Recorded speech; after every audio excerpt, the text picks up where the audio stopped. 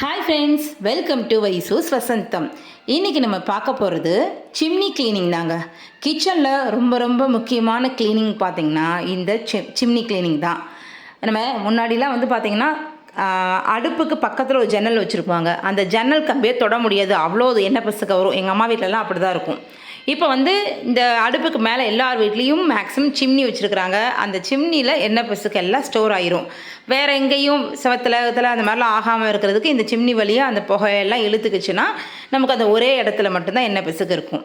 இப்போ இதை சுத்தம் பண்ணுறது ரொம்ப கஷ்டமான வேலை மாதிரி தெரியும். ஆனால் நான் சொல்கிற இந்த பொருளை யூஸ் பண்ணிங்கன்னா ரொம்ப ரொம்ப ஈஸியாக சுலபமாக குயிக்காக இந்த எண்ணெய் பசுக்கு எடுத்துடலாங்க. ஒன்றும் இல்லை, இந்த ட்ரேவை எடுத்து கழட்டி வச்சுக்கோங்க. ஏன்னா அந்த ட்ரேயில் மட்டும்தான் எல்லா எண்ணெய் பசுக்கும் போய் ஸ்டோர் ஆகிருக்கும். ஸோ இந்த 3 ட்ரே இதில் இருக்குது. இந்த 3 ட்ரே எடுத்துக்கோங்க. இது இரும்பு எடுத்து ஒரு பிளாஸ்டிக் ட்ரேயில் நான் போட்டிருக்கிறேன். இந்த ட்ரே போடுற அளவுக்கு உங்களுக்கு என்ன பாத்திரம் இருக்குதோ அதில் போட்டிருக்கேன். கண்டிப்பாக அலுமினியம் மட்டும் வேண்டாம். இப்போ இந்த ட்ரே பிளாஸ்டிக் ட்ரேயில் போட்டாச்சு. அதுக்கு மேலே நான் போட்டிருக்க பொருள் பார்த்திங்கன்னா காஸ்டிக் சோடா. இது 100 கிராம் 20 ரூபா தான் இருக்கும். அந்த 100 கிராமில் உங்களுக்கு எவ்வளோ தேவைப்படுதோ அவ்வளோ அந்த ட்ரே முழுக்க போட்டுக்கோங்க. அதுக்கு மேலே நல்லா இந்த அளவுக்கு தண்ணி ஊற்றிக்கோங்க. நீங்கள் தண்ணியை ஊற்றி இப்படி ஷேக் பண்ணும்போதே அந்த எண்ணெய் பசுக்க எல்லாம் அந்த ட்ரேயில் கலெக்ட் ஆகிடுச்சு பார்த்தீங்களா?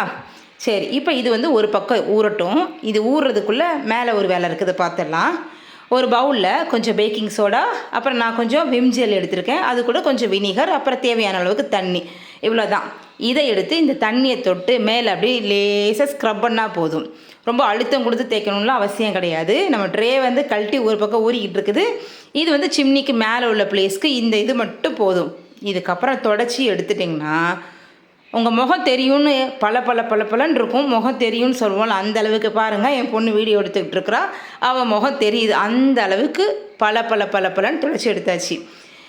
ஆயில் கரை நம்ம இருக்கிறதே கஷ்டமானது, இதை சுத்தம் பண்ணவே முடியாது, ரொம்ப பெரிய வேலைன்னு நினச்சிக்கிட்டு இருப்பீங்க. இந்த காஸ்டிக் சோடாவை ஒரு வாட்டி யூஸ் பண்ணுங்கள். ரொம்ப ஈஸியாக குயிக்காக இந்த எண்ணெய் கரை போயிடும்.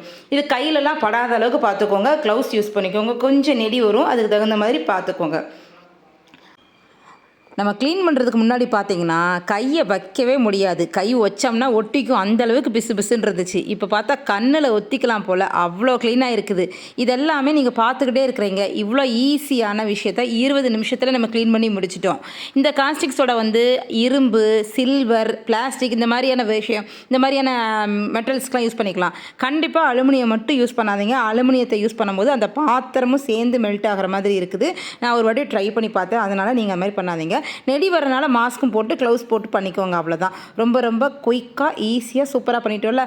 கண்டிப்பாக இந்த வீடியோ உங்களுக்கு பிடிச்சிருந்தா லைக் பண்ணி, கமெண்ட் பண்ணி, ஷேர் பண்ணிவிட்டு சப்ஸ்கிரைப் பண்ணி சப்போர்ட் பண்ணுங்கள். தேங்க்யூ ஃபார் வாட்சிங்.